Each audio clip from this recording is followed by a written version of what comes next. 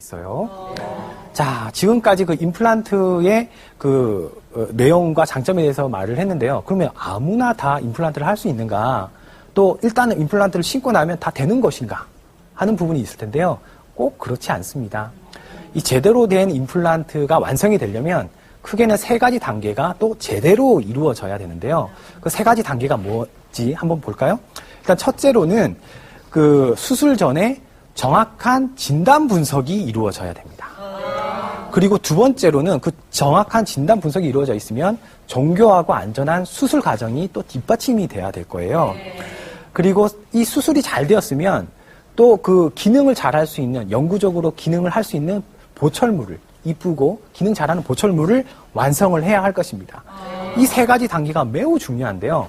어떻게 해야 그럼 제대로 하는 것인가에 대해서 간단히 살펴보면 첫 번째로 그 정확한 진단 분석 어떻게 해야 할까요?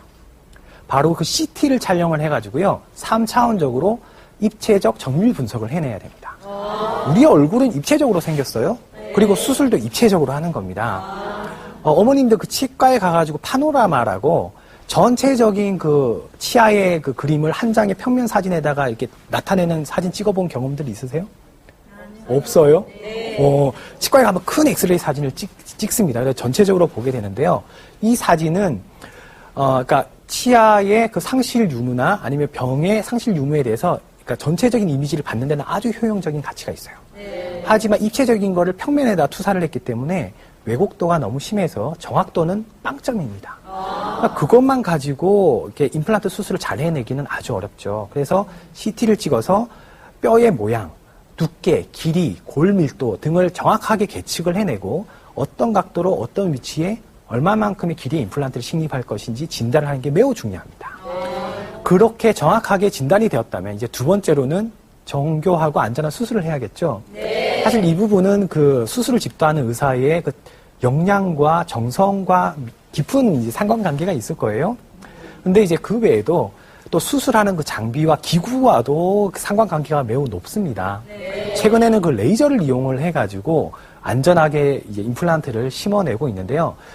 자, 지금 나오는 이제 이 영상이 수술방에서 임플란트 수술을 하는 것인데요.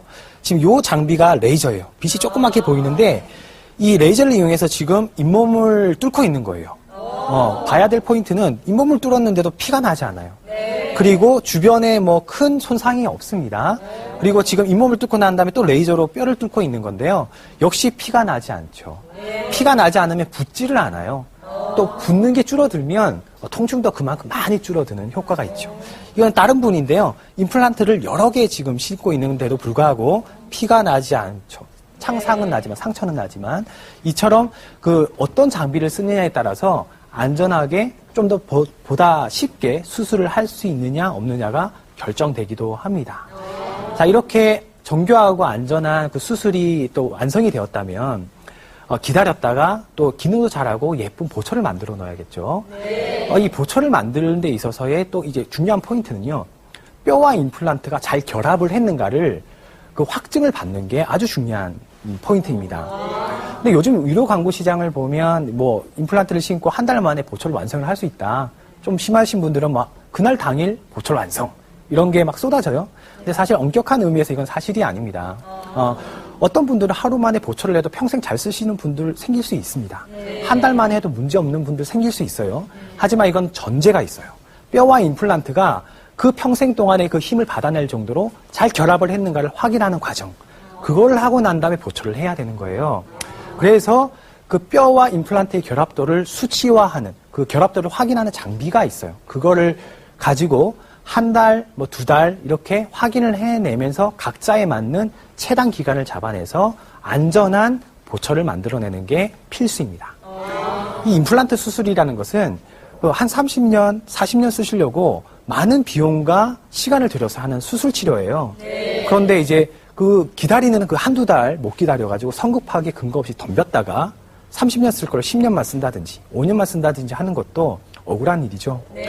그래서 저는 이렇게 생각합니다. 그 당장에 꼭 뽑히고 망가져야지만이 실패하는 것이 아니라 30년 쓸 거를 10년만 쓰게 만들거나 5년만 쓰게 만드는 것도 실패의 한 종류다라는 생각을 하게 됩니다.